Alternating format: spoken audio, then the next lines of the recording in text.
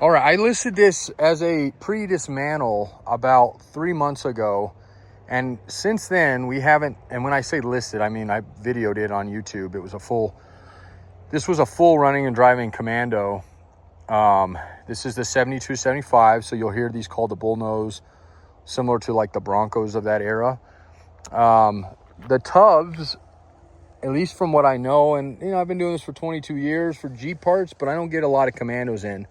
The tub is the same from the early to the late. It's just the front end they changed on them and a few other little things. So what we're listing this as of right now is going to be the body, the tub, and everything else on it will be sold separately, or if you're interested in everything else on it, I'll package it just like I did this one. These two are kind of unique because they're, you could literally take this and put this onto a frame as well as this one and pretty much, be good to go. This one's got a little bit of rust in the lower rockers, and I have a better video when we had it on the lift to see that. It's in the lower rockers here and a little bit on the corners here. But by and large, this is a really clean body for the era of it. The skirting is in decent shape. We have some cribbing up in there, so there's not weight on the side skirting right now.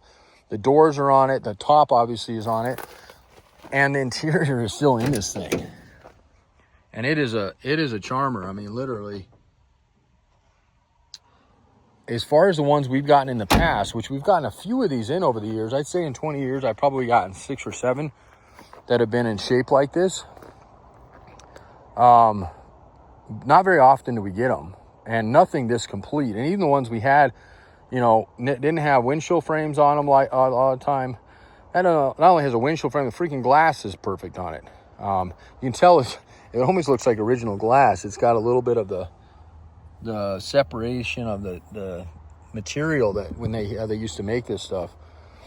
But in the interior, I never get interior piece. This one's got interior on it. So anyway, that's how it sits right now. Now, that doesn't mean that if somebody calls on this hardtop that we won't sell it off of it, because we will. Because the pricing, again, when you see this go live on the site, you're going to see it priced for the bare tub, okay, with nothing on it.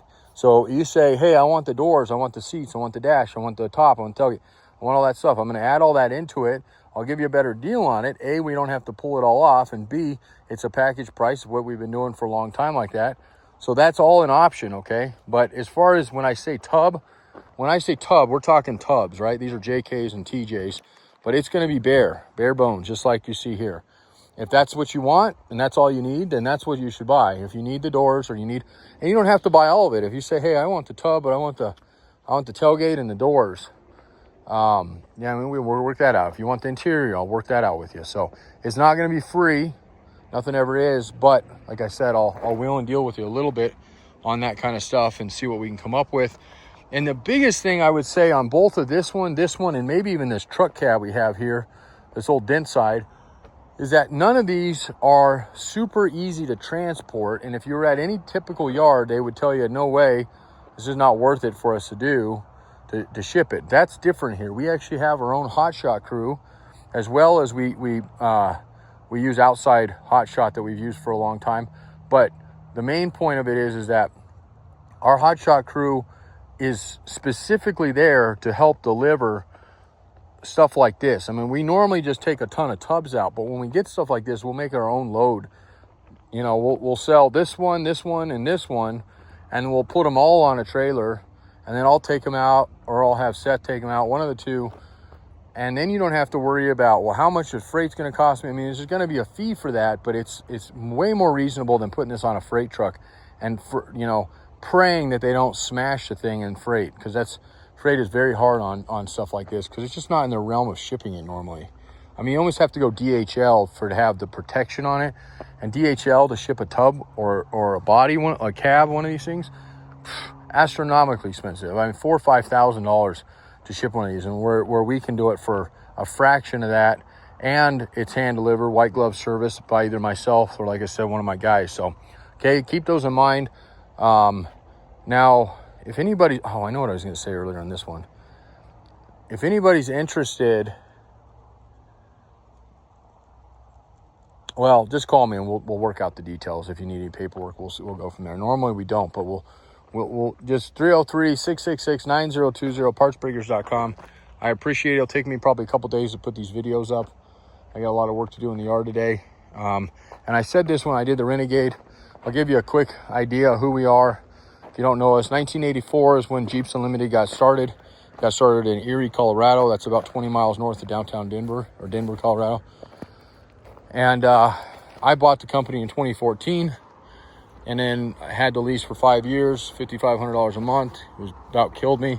Plus we were renting our house in Longmont, another $2,500, literally like $7,500 in rent every month, not including our labor.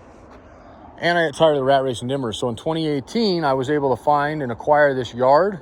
We now live on the property. There's 7 acres here.